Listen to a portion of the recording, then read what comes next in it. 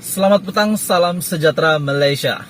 Tuan-tuan dan puan-puan, di tempat tinggal saya di Pekan dan Bandar berdekatan dengan area rumah saya, sekarang banjir. Nah, bila banjir kita ingat pula PRU15. Asal PRU15, ingat banjir. Ingat banjir, ingat PRU15. Kenapa saya cakap begitu? Sebab ramai yang kata setelah parlimen dibubarkan pada 10 Oktober yang lalu daripada utusan Perdana Menteri setelah mendapat perkenan yang di Pertuan Agong, semua risau PRU15 akan diadakan pada waktu banjir. Ada yang kata Barisan Nasional UMNO bersorak-sorai mengundi sambil mandi air banjir. Ada yang kata begitu. Tuan-tuan dan puan-puan, sejauh manakah kerisauan kita untuk menghadapi PRU15 pada musim hujan ini?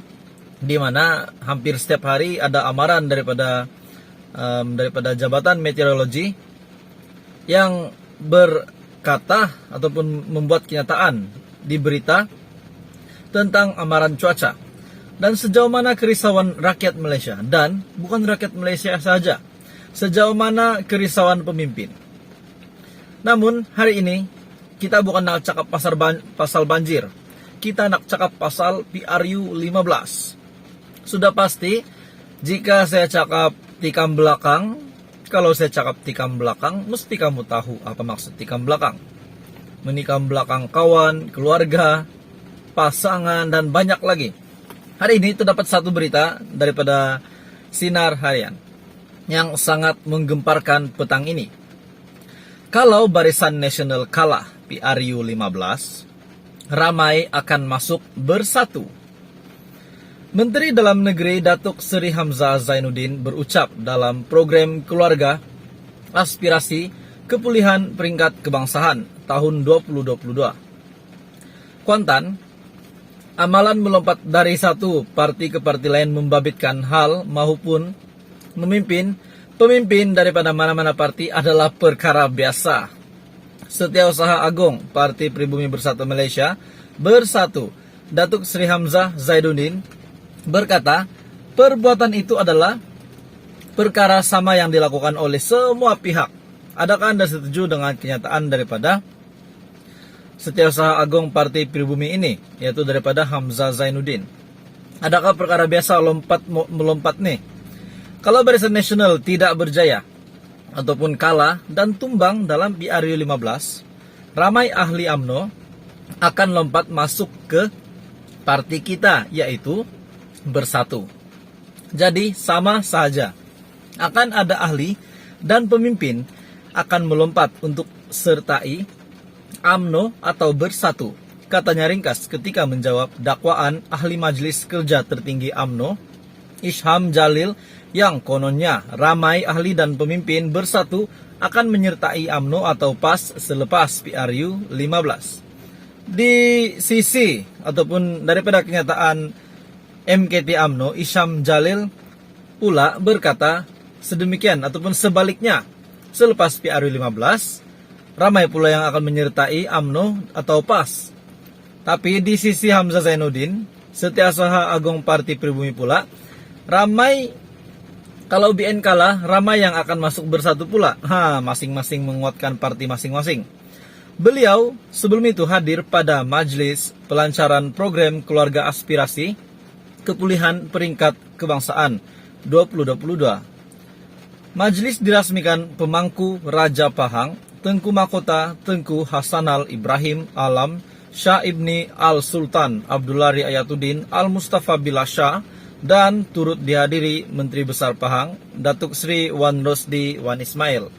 Pada 16 Oktober yang lalu, Isham dilaporkan berkata kegagalan Bersatu menang besar pada pilihan raya umum akan datang boleh menjadi pengakhiran kepada parti itu, dengan ahlinya kembali semula kepada UMNO atau menyertai PAS. Beliau meramal prestasi buruk Bersatu pada PRU15 juga bakal menyaksikan penyudahan kepada Perikatan Nasional PN, kerjasama politik diterajui Bersatu dan PAS. Mengulas lanjut mengenai program Keluarga Aspirasi Kepulihan, Hamzah memaklumkan ia adalah satu daripada komponen yang terkandung dalam model rawatan dan pemulihan yang digunakan oleh Agensi Anti Dadah Kebangsaan ataupun EEDK dalam merawat pulih penagihan dada di seluruh negara. Menurutnya, sejajar dengan perubahan semasa yang memperlihatkan tren penyalahgunaan dada berubah ke arah jenis sintetik berbanding dada organik. Tuan-tuan dan puan-puan, tambah Hamzah juga, keluarga berperanan untuk menyokong dan mempunyai interaksi positif sesama ahli, dikatakan mampu membentuk pribadi diri individu lebih kuat dan terhindar dari masalah dada. Kita bukan nak cerita pasal dada, tetapi melalui kenyataan daripada Hamzah Zainuddin, katanya kalau Barisan Nasional kalah, PRU 15 ramai akan masuk bersatu. Kalau Presiden UMNO dan siapa saja penyokong UMNO, ahli UMNO, pemimpin UMNO yang mendengar ataupun mengetahui apa yang dinyatakan oleh Hamzah Zainuddin, pasti mereka rasa tercabar. Pasti mereka rasa tercabar. Macam tuan-tuan dan puan-puan juga. Macam saudara-saudari juga. Jika parti Anda direndah-rendahkan, diremeh-remehkan, mesti Anda juga rasa tak puas hati dan juga mungkin ingin melawan. Jadi ini adalah kenyataan daripada Hamzah Zainuddin yang berkata, kalau Barisan Nasional kalah PRU 15, ramai akan masuk bersatu. Tapi tuan-tuan dan puan-puan, itu kalau kalah. Bagaimana kalau Barisan Nasional menang? Mungkin kalau Barisan Nasional menang, ramai pula yang nak masuk Barisan Nasional. Itu kita tidak tahu. Sebab dikatakan bahwa melompat parti adalah perkara biasa. Walaupun kita tahu itu adalah satu perkara yang mungkin rakyat biasa lihat tidak baik. Sebab kita boleh lihat kesetiaan mereka di mana. Bukan pada parti, tetapi pada kuasa.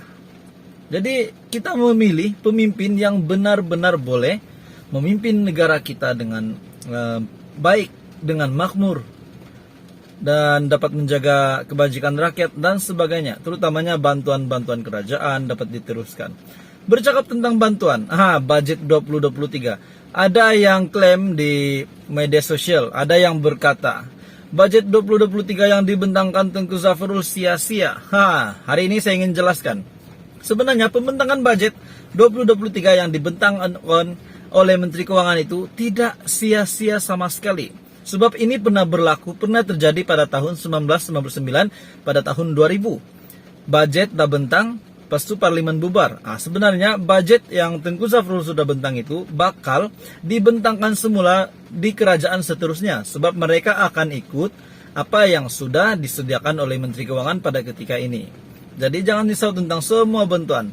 Sebab saya percaya semua mesti risau tentang bantuan BKM, tentang bantuan JKM, bantuan BMT, bantuan awal persekolahan, bantuan ataupun peruntukan sekolah, dan banyak lagi. Jadi sebenarnya budget 2023 yang dibentangkan Tengku Zafrul itu tidak sia-sia, bahkan itu akan memberi kebaikan dan juga membantu rakyat di dalam ataupun di bawah pimpinan kerajaan seterusnya. Tonton dan teruskan bersama di dalam channel ini untuk info yang lebih hangat dan juga info yang lebih terperinci berkenaan dengan politik di Malaysia.